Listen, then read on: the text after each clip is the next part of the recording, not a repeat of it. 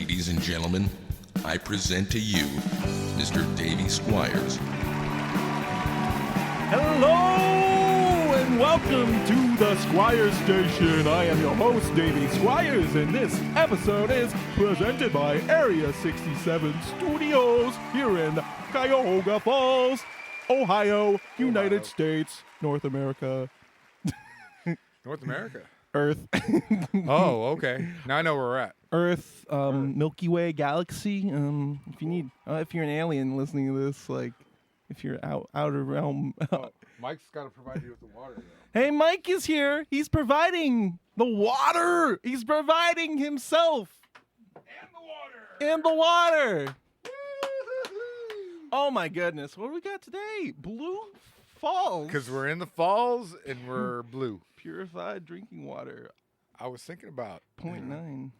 0.9. Fluid ounces. Okay. 0.9. 0.9. Point.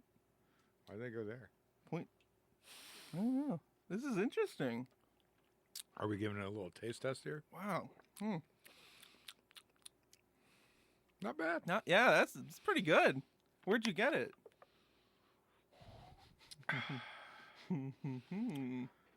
Well, it says Acme on here. Oh, yeah. Acme has I want to say Drug Mart. Yeah. You can not only get drugs there, you can get bottled water. Yum. Blue Falls. Yeah, they have my vote. Do they got your vote? They have my vote. They got my vote. Huh. And Mike has provided the water. He's also our special guest for this season 1 finale. The finale? This is the season 1 finale. Woo! This is it. This is the big shebang. All right. You've been waiting for here. We got a big audience in the house today too. Yeah, we got camera. There's ghosts in the house that we can't see. We got ghosts in the house. Yeah, it's warm in here. It's cold everywhere else where the ghosts are.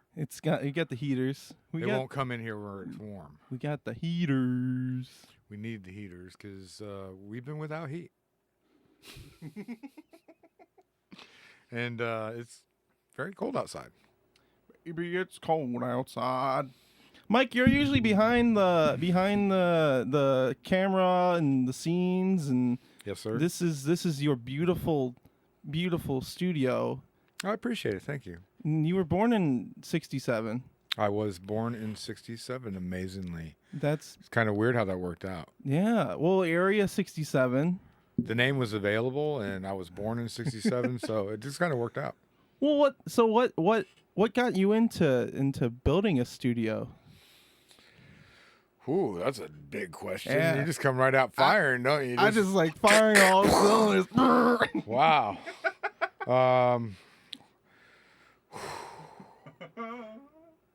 What was that question again? How did you start in music technology? Like what did you start on? Well, I started about 20 years ago or so. Say probably around 98 is when I got into it. I was in a band in Dallas, and I played guitar in the band, and we were wanting to record a record. And I was the only one with any kind of technology. I had a computer, and I was running Cakewalk, I believe. Okay. And had some Acid programs also. I don't know if you're familiar with those kind of loops and samples and stuff that made by Acid. And just kind of tried to record. I had a little 4-track Tascam, recorder, and used our practice spot and recorded our band. And that was my entry into recording. And I kind of fell in love with it and decided that I wanted to go that direction, and eventually one day open up my own recording studio. And here we are many years later. Yeah. Was that back in Texas? Mm-hmm. Okay. In Dallas. So where did you grow up in Texas? Houston. Okay. Yep. So did that kind of influence your music taste? I guess so. Yeah. I mean, Houston is a pretty diverse city, so you get a lot of different musical you get exposed to a lot of different musical tastes and stuff. There's so much diversity going on. So, Oh yeah. like all the kids I go to school with, they all had different musical tastes. So I got exposed to a lot of different things, which was kind of cool. You would think Texas country music, yeah, that's pretty prevalent. I kind of got turned off to country music by being around it so much. Mm-hmm. So I didn't really go that direction. Yeah. Listening wise with music, there's a lot of country that I do like, but not when I was younger. I didn't really give it the time of day. Yeah. So what made you move up here to Ohio? I was born here in Ohio, born right here in Cuyahoga. Well, I wasn't born right here in Cuyahoga Falls. I take that back. I was born in Lorain, and I actually went to elementary school here in Cuyahoga Falls before we moved to Texas. So, Okay. kind of always wanted to come back to Cleveland. I still have family here, so family, aunts, uncles, cousins. Okay. So did you move to Texas when you were little, or? Yeah, when I was fourth grade. Okay. However old you are in fourth grade, that's how old. Yeah. Like 10, 11, something like that. I don't know. Oh yeah. Fourth grade, man. I can remember like it was yesterday. It's not a fun time to move when you're a kid, like going from one place in the country to a whole different place in the country. Yeah. It seems like it's kind of fun and cool, exciting until you get there and Yeah. you're not very accepted because you're the outsider. Yeah. It's like, yeah, you're it's like it's a pivotal time. Yeah. And it's like that you being uprooted. It's like what the hell? I think that's part of the reason why I came back to Cuyahoga Falls, because I felt like I was uprooted from where I was really comfortable. And so Cuyahoga Falls always was on my brain Yeah. growing up. So when did you start this studio? What is it, 2020 now? 2020, so 2017. It's been three plus years, so 2017. Okay. And did you own any studios prior to that? I did not own any studios. I managed a couple of studios prior to that. I managed bands for a number of years, and that kind of led me into producing and recording and engineering and getting into studios and being exposed to different studios. Yeah. Yeah, this is like an alien, what made you go the alien route? I like aliens. I like, the the thought of aliens or, UFOs and all that kind of culture. Yeah. And so, I like exploring that. And There's a cool aesthetic, like.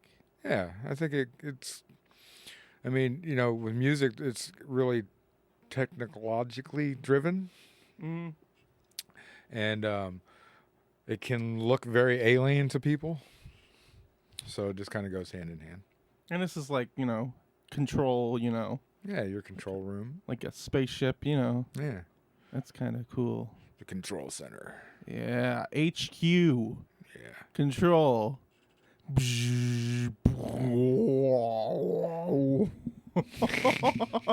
You're pretty good. We might need to sample that.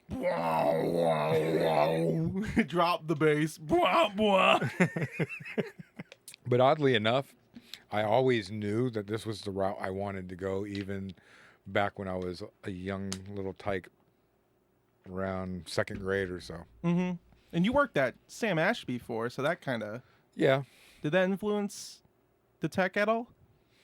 No, it was just taking my tech knowledge and going there and utilizing that as a way to get a job when I needed a job. I mean, I had the knowledge of the equipment and all that kind of stuff, so I thought it was just an easy fit. Yeah. And it was something I did to while I was transitioning into owning my own studio. So what's your favorite holiday? Sweetest day. Ooh, yeah, you kind of like left field. I'd left it. Right, all right. Why? And that's because it's a special holiday exclusive to Ohio. Yeah, you're right. Yeah, there isn't. Nobody else gets to celebrate Sweetest Day, but we do. I wonder how that came about. I don't know. Ohio's weird. There's some things here that are only here, like Swenson's. Swenson's, yeah. Yeah. Yeah, Swenson's is like it's not like all over Ohio. It's just like in the Northeast Ohio area, you think? there's only how many locations? Like 3 or 4 or And they're generally located in this area, like Akron area, right? yeah, there's one down in North Canton, Jackson area.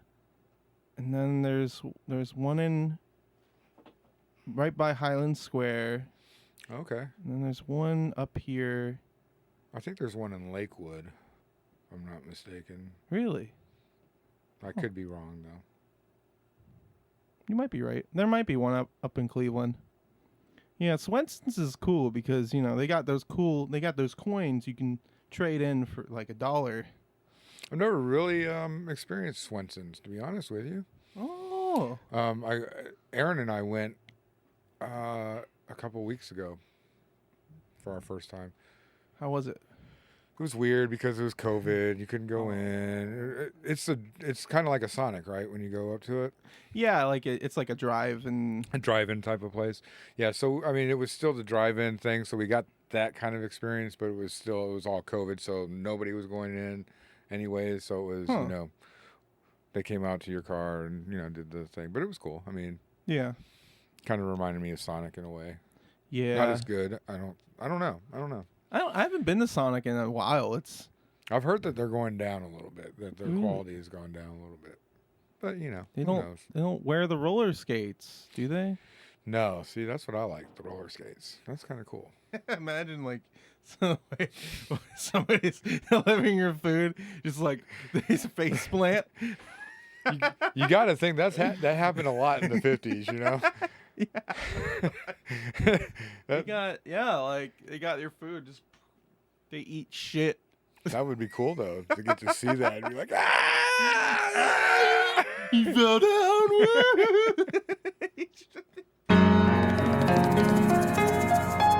Well, that brings me to my next question. What bands have you been in? Like, what's your band experience? Nothing popular, obviously, because I'm here. Wow, Mike. No, it was just kind of like a alternative rock band that I was in Dallas with a couple of friends of mine. We called ourselves Pleasure Overload. Ooh. Yeah. Oh. We were overload of pleasure. Meow. Yeah. What genre would you say? Kind of alternative rock. We were big into like Korn and Limp Bizkit and stuff like that. So kind of a hybrid of rock and rap and a little alternative. Okay. Wow, you guys are trailblazers. No, we were just following the trend at the time. We weren't blazing any trails. Rap rock. We were blazing, but not any trails. Woo! Yeah. 420. We used to have a 6-foot bong at our practice facility. Whoa. Yeah. How big? Like what? How do you put it on wheels? No, we actually had it hung up on a gun rack. Being in Texas, everybody's got a gun rack, so we had the 6-foot bong on the gun rack. Have you ever been to George Bush's house? Not inside. Really? I've driven by it. Oh, okay. He has The senior's house, not the junior. Is it the junior? He has the ranch, or do they both have ranches? I'm sure they both have ranches. I know senior had a house in Houston, which was fairly close to the famous Galleria in Houston, the mall.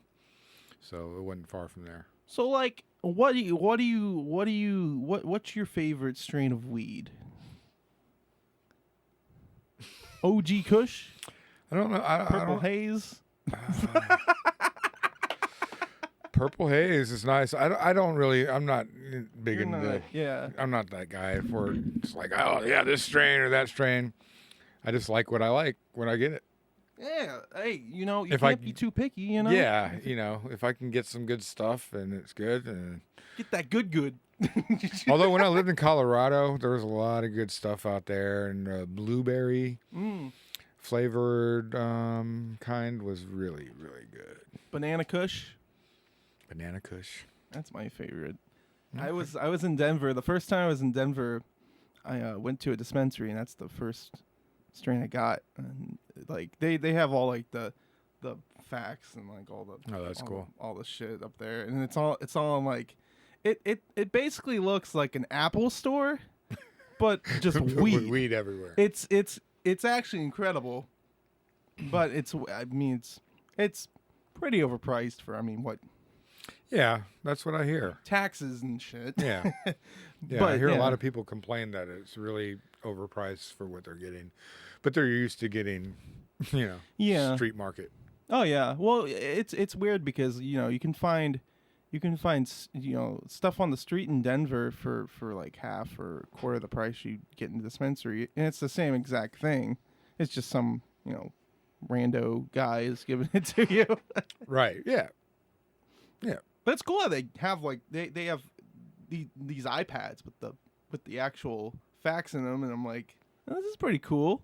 And so I got some Banana Kush, and he got some gummies too. That was the second time I went there, and man, oh man, I think I overdid it on the gummies.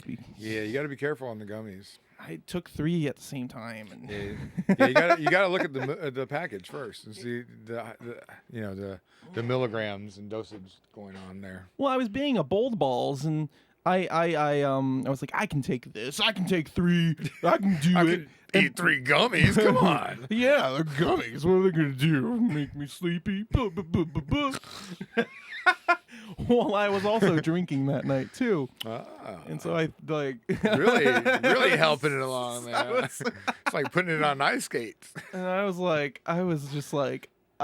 dizzy, like, whoa, like what the hell am I? And we were staying at my friend's dad's top floor apartment, and it overlooks the city. It was a beautiful skyline shot of the city, and I was out on the porch, and I was like on my 5th or 6th beer. I was like, whoa, man, I don't feel too good. I ran into his dad's bathroom, started throwing up, and I almost passed out on his dad's bathroom's floor. Oh wow, that probably wouldn't have been good. Well, I mean, his dad understands that I'm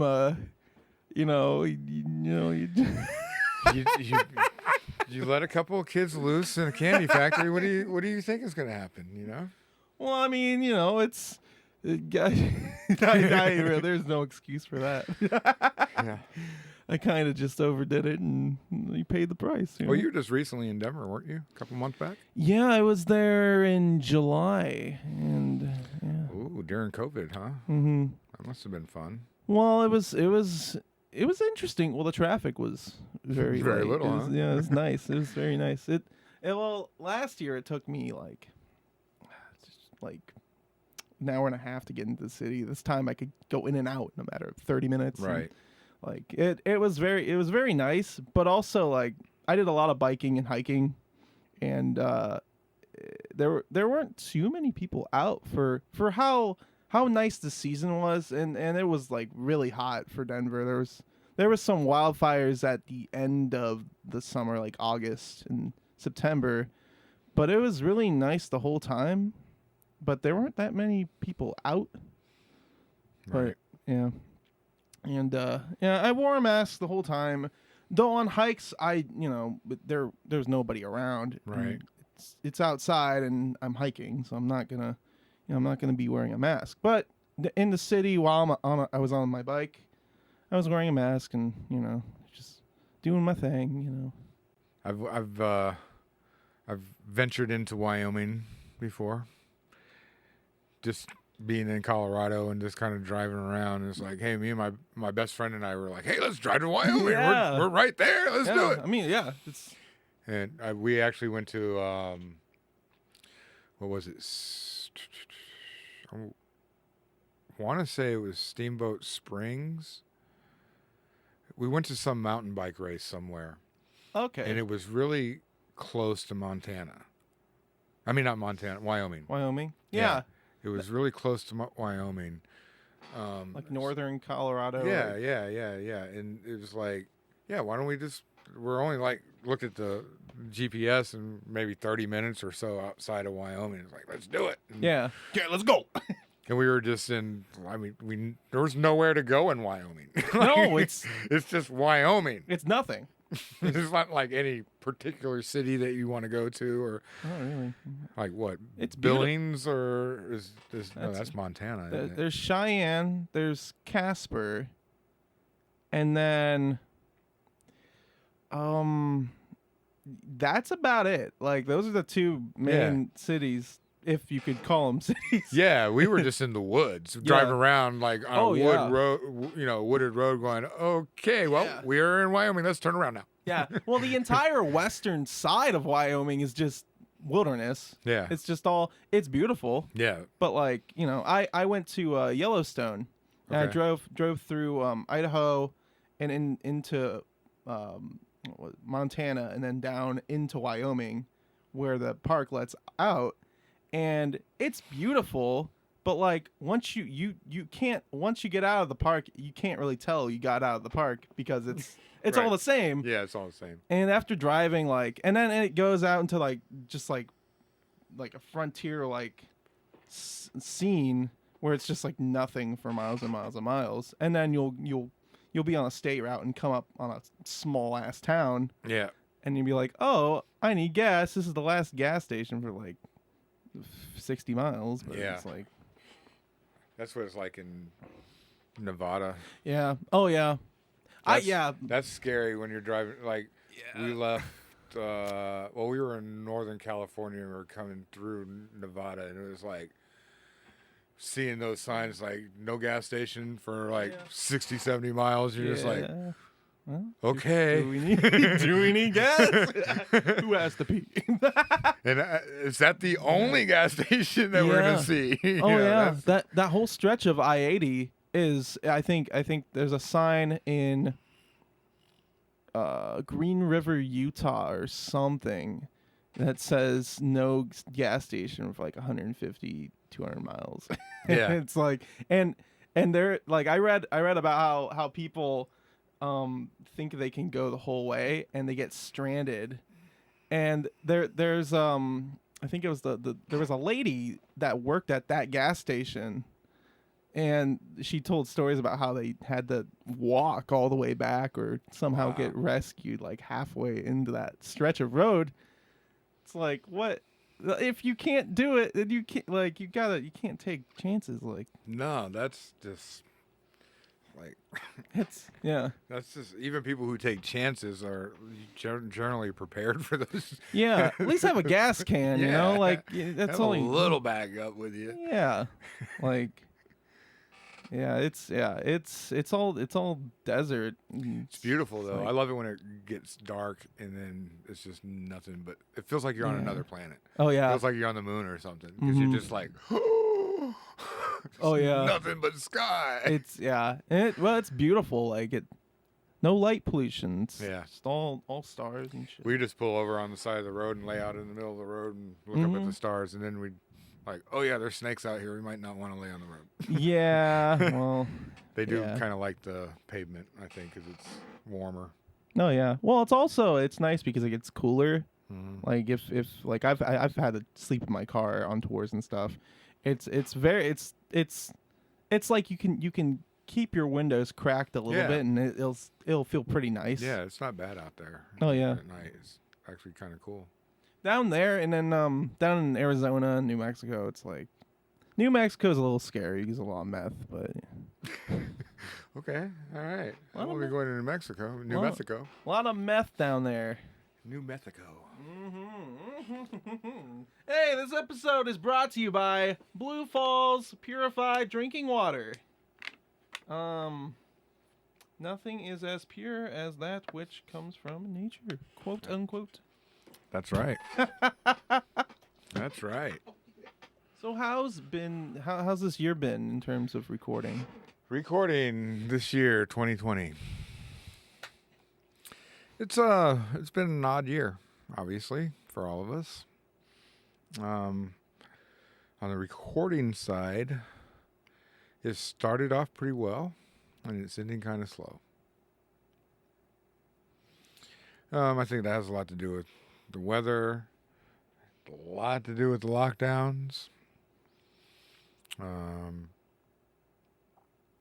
But I got to say that it hasn't been too bad for us. We've stayed open the whole time. We haven't closed down. We've been very cautious, but so we've been one of the few studios around town that have stayed open, and we've benefited from that. So has it once the lockdown started, what did it go down right then in March, or? It did for a moment, and then once everybody kind of got used to the lockdowns for a few weeks, and wanted to start venturing out again, and it started picking back up. Yeah, You can't keep people locked down too long before they want to venture out and see what's going on. They see other people who are out there doing things, and but stimulus really kicked in, and once people got stimulus money and being locked up and bored, and you have money and nothing to do, yeah, they were ready to spend. And so if you were a musician, you had any money, they were hitting us up. So that was good. We got a lot of business during that. yeah. Well, 2 or 3 especially months span. especially for summer. I mean, Yeah. it's really hard to believe that it happened. The lockdown started in March, and it's December now. It's Yeah, and it's well, I'm not sure what's going on in Summit County right now. If it's over with the lockdown, with the stay-at-home order or request. yeah, They're not giving us orders anymore, but they want us to stay home. mm-hmm. Cuyahoga County, Cleveland, has been extended to the 15th, so you're supposed to be at home. Yeah. Well, I think Summit County did the same thing. I think they extended it through New Year's. Yeah. Right. I get it. I mean, we're getting a lot of cases and stuff, but I don't know. Something just doesn't feel right about it to me. I mean, I've been around the same group of people for a long time, and not any of. Well, I take that back. It for the longest time, nobody was getting sick, and it wasn't close to us, But now it's becoming. We're only one person away now. Yeah. I know drummer. Some people who book sessions to come in, they've had to cancel because they've got COVID. Mm-hmm. So. Some clients, I've had a couple of clients who's, one client, him and his brother lost their father to COVID. So, I mean, it's getting closer to home. Mm-hmm. So. I think, that it's going to happen. I mean, as it wears on and, I think because we're in cold and flu season. Yeah. I think the awareness is just a little more, impactful. Yeah. Well, also, your immune system can only fight off so much at one time, and adding that cold and to the whole situation kind of brings it down even more. Absolutely. But what are you looking forward to next year? Some sort of normalcy. But next year, as far as the studio is concerned, we're looking to expand. Yeah. Woo! We're looking at some new places, some new properties to possibly move into, or we may stay in the same building that we're currently in, just move a couple of spaces down, and get some bigger space. The studio's really expanded, even throughout the coronavirus. It was just me and Aaron and JD for a minute there, and now it's me, Aaron, JD, Michelangelo, Cheyenne, Dalo. So we got a whole crew of people working out of the studio now, so we need more space. Yeah. Has that expansion taken place throughout this year, or was it building up last year too? It was building. It was slowly building. I didn't want to see it, But it's a hard thing. This is all new to me. I mean, I've never really had my own recording studio before, so this running a recording studio as an owner is different than managing somebody else's recording studio. So I try to take some of those experiences. I do talk to my mentor a couple of times, whenever I'm needing some advice, because now I can see things from his perspective where I wasn't able to see that before. Yeah. You know, with interns and just, people wanting to be a part of the studio, which is really cool.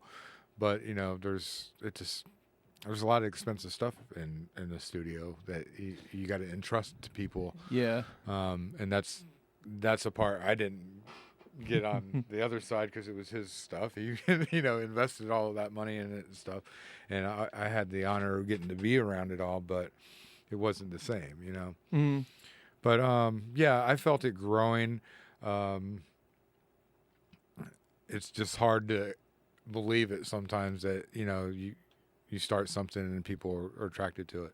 Yeah. And it grows. So for me, it was just kind of hard to accept that. And then once I accepted that, I'm ready for the expansion and the growth and the move and all that kind of stuff. Oh yeah. And you guys have a growing video department. Yeah. We're doing more and more of those. We've finished our third video this past week. So doing more music videos and more podcasts, obviously. We do your show and the Culture Club. I also do a podcast. So we're doing more of those and getting requests now to be able to use the podcast space. So that's a good sign that, we've tapped into something that's, people are wanting. Yeah. I feel like that's a market that hasn't been really tapped into. Like, podcasts are really popular now, and some people just don't have the technology or the time or the money to go out and buy everything themselves and hook it up and stuff. So I think it's great that you guys give people the opportunity to not only voice their opinion, but have the technology to do it. Yeah, I think that a lot of that came from working at Sam Ash, because I was exposed to so many people coming in wanting to learn about recording technology. I taught a Saturday class every Saturday at Sam Ash, where it was just the basics of digital audio recording and, just everything about recording. And you could see the influx of people coming in more and more. It's starting to, not traditional recording questions. It started becoming more, how can I use this with a video and, microphones for your phone or for my camera and stuff like that. And it's like, wow, this is a whole nother area. I thought I knew my stuff, but this is something I need to explore, because it's a whole, they're talking about, using software that I wasn't familiar with, like OBS and, all these different, softwares that you can stream and capture video and audio. And it's like, I started to see the trend going on while I was working there, and the fact that people would come in and they would spend all this money on equipment and then they didn't know how to use it. And a lot of it would be brought back because they didn't know how to use it. And the frustration of, how does this all work? How come I'm not sounding good or looking good? And it's like, it is an art. And to use it. Yeah, it's an art to use it, and it takes skills, and you just can't just jump into it and think you're going to get a great product. Even the podcasters that we see on YouTube and stuff, that if you go back and watch their evolution, you'll see how they started, but I'm sure I'll look back and be like, what the fuck? What the fuck am I doing? Yeah, exactly. It's funny because I was watching a YouTube video the other day, and it was a guy who did who was doing documentaries in the 80s and 90s. And he did a documentary in 86 on a metal band. Like, they were all teenagers. And they were doing metal, and metal was still kind of new then. And they were playing at this, like, battle of the bands in some country town, and they were a metal band, and it was a cool documentary. But it opened my eyes to something. It's like, wow, and because they interviewed him 20 years later, and you could see, like, the growth and the person and all that, and it's like, that's something you want to take into consideration whenever you're doing video, you know? Yeah, it's kind of like you gotta think about the future of your project, Yeah. but you don't wanna seem like you're bigger than your project. Yeah, I feel like that's a hard balance to strike. I feel like in podcasting and music and any form of art, I feel like you want to set something up that's great, but you don't want to act like it's like the best thing ever, so to speak. Yeah, to me, it's a lot like it's a lot like a demo. Mm. You got this really great band, and they got this really great demo, and everybody's digging on the demo, and then they get signed to a label, and they get all these producers, and they go into these great studios, and they redo all the songs on the demo and put it on an album, and you're not vibing to the songs like you did on the demo because they were raw and had full of emotion and everything. I think a lot's to be said about video too with podcasters. I've kind of noticed that I'm more attracted to the grittier podcast people where it's not a beautiful production. You know what I'm saying? Even Joe Rogan, who I love watching as a podcaster, but his new set is over the top. And it doesn't attract me the same way his old set did. His old set was more homey and it's just more like I can get I feel like comfortable there. Yeah. But his new set is like it's just like a production. Yeah, I feel like at that point it's like a TV show. Yeah. Or it's something that's just like scripted. Right. I feel like. And I get it. I mean, if I were getting $100 million too, I'd probably overdo it too. But, yeah. Yeah. But I mean, I think it affects the listeners and the viewers too, because it turns off some. And even I've been turned off to the point where I don't watch him as much as I used to. I mean, I was a regular, like every day I wanted to see his stuff. And then he moved and he built this whole thing. And it's like, okay, now I'm just going back to like when I first started. And it's like certain guests that come on. Okay, I'll check those guys out. And, yeah. but I'm not as excited as I was before. Yeah. And I think the aesthetics have a lot to do with it. Yeah, if it's too glossy, if it's too like produced, I feel the same way with video or music. It's like, if it's there is a thing called overproduced. I mean, not everything has to be pop. Yeah. I mean, we're not on TV. If you're not on TV, you shouldn't have that big of a production. You know what I'm saying? But I get it. I mean, the internet and YouTube and Instagram and all these places are the new media. It's a business now. It's a business, and most of us don't go watch TV to get our news and information. Mm-hmm. We hear about the mainstream TV and news and stuff, but most people aren't watching it. Yeah. Unless you're, 50 plus, you're not watching cable. Yeah. So it's a new medium. So I get it.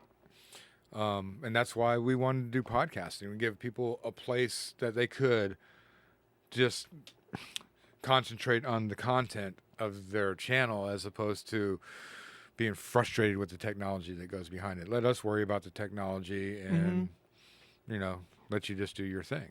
Yeah. Well, what I've learned from this whole experience, it's like I've learned that you got to be good at multiple mediums to really get the podcast out. You got to be marketing, you got to be graphics, you got to be video, audio. It can be overwhelming, but the final product, I think, it's a whole mixture of arts. And it really is. It's a really cool art. I mean, it's like your podcasts are really cool because you do like an hour-long podcast or so, and then you have performers or artists or whatever, and it's really cool. And there's little pieces of art within that whole piece of art, that you can pull out, and you got little pieces of art now that you can use too, and it's really cool. I mean, that is art in itself. Putting a podcast together, putting the right thumbnails on to attract a viewer to come check you out. Putting the right content in there, not boring people. Pulling clips to. All that is really important. And you notice that from the podcasters who are doing it and monetizing. They got the followers. Mm-hmm. If you're paying attention, it's not very difficult to see how they're doing it. It's just Yeah. it takes a lot of time. Well, I like to think of it like it is one big production, one big project, but it's a bunch of little projects that you put together in a week's worth and put it out there. Yeah. But yeah, I've learned a lot about crowdfunding, marketing, and video. A lot of video shit. Too much more video stuff than I really thought I would ever want to get into. to be Yeah. honest. Oh yeah. Like, yeah. I learned so much about, and even the audio stuff that I didn't know about. You know. Same. It's like I never realized. I thought I knew audio. Mm-hmm. You try mixing audio and video together, and it's like that's a whole nother world because they don't want to interact a lot of times. Yeah. Oh yeah. Nicely, Yeah. and it doesn't matter how much you think you're good at one thing. It may not mix well. Oh yeah. Well, editing podcast audio is way different than mixing a song. Like it's Yeah. really a whole different experience that I think that, you know, I don't know. I feel like every engineer should at least, you know, dabble in at least narration. Yeah. Something like that. Yeah, like voiceovers and stuff like that. You're right. I think it's really important because it's a different skill set that you could probably use some of the techniques and stuff that you'd learn from this in your musical productions too. You know. Oh yeah. That you know. But it's a lot to learn, and so I get it. Yeah. I get the fact that people want to do this stuff, but it's not that easy. Luckily, they make great phones these days that can do both great audio and video. So. Oh yeah. Oh, that iPhone 12, like that audio was killer. So what's the most important thing that you've learned from this whole owning a studio experience, would you say?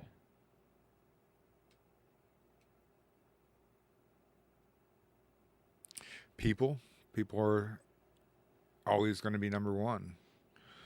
How you treat provide them. the water. Yeah, I do. Just because I want to treat you well, and I want you to come back. I want you to feel like we care. And I think that's one thing I've learned is there are a lot of studios out there that don't care about the music. They care more about the dollar. And I care about people and their music and their art. Not so much about the dollar. I feel like the dollar will come around if you care. Yeah. So as long as I keep caring and not focus on the dollar and just focus on the art, I think that's what I've learned. Yeah. Well, and also I feel like the final product will be way better when you focus on it. Yeah, definitely. I mean, I guess the other thing would be just dealing with employees, I guess. I don't even like to call them because they're not employees. They're all individual freelancers that, do their thing, but providing a space for them to work out of. That's learning how to deal with that has been one of my biggest lessons this year. Mm. Yeah. Because everybody's got different personalities and it's very akin to managing a band. Yeah. We all have kind of the same goal, different personalities. Not everybody's going to click. Not everybody has to click. That's the one. That's part of the reason why we want to expand a little bit, so people can have their space. Yeah. You don't have space. You're on top of each other, and if you don't click or vibe with another person, that could be a bad, remedy right there, or a solution, or mixture. Yeah. That's what I'm talking. But my guys that work here, all the guys that work here and girls, all the ladies and gentlemen that work here, who work out of here, are really cool people. They all get along with each other. We're like a family here.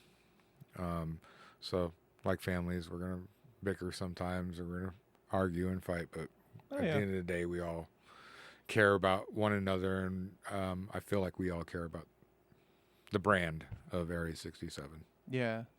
Well, I'm glad you guys are expanding. I mean, it's a really cool thing you guys do. No, I appreciate it. I mean, we're just a recording studio, but hopefully we're standing out among the recording studios around town as being something different. Oh yeah. I feel like you guys provide more than your average studio. That's good then. So, Mike, where can they find you on the interwebs? Oh, on the interwebs, you can find me at area67music.com. Yes, we have our own website. Those still exist. Instagram, Area 67 Recording Studio. Facebook, Area 67 Recording Studio. Twitch, YouTube, all that. Yeah, we're everywhere. Twitter, to Tweeter. I take you guys into stuff all the time, so. Yeah. Yeah. Yep. You can find us.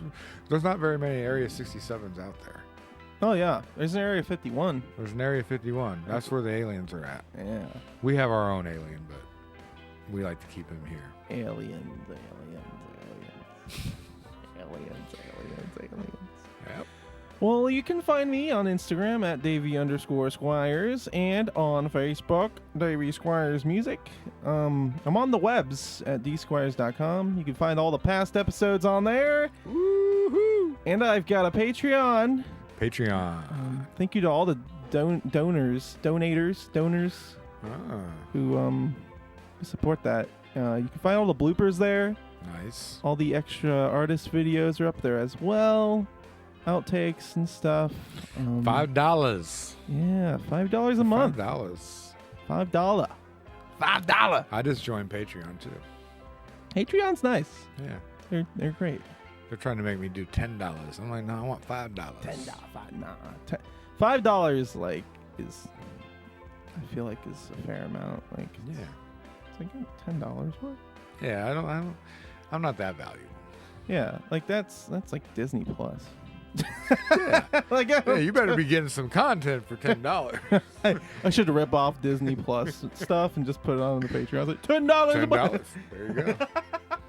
You get a lot of people paying. That's a good way to make money. Woo, woo, woo. Well, that's it for season 1, and all the there's gonna be some sort of best of episode that I want to make of each of the kind of like the best of season 1. I kind of want to just make a separate episode for that. That'd be kind of cool. That'll be out at some point. I really want to do that. I've saved all of them, so all the audio's there. So Beautiful. I'll puzzle it. Make it a big Puzzle puzzle. together. Puzzle. I like puzzles. Thanks, Mike, for coming in. Thank you for having me.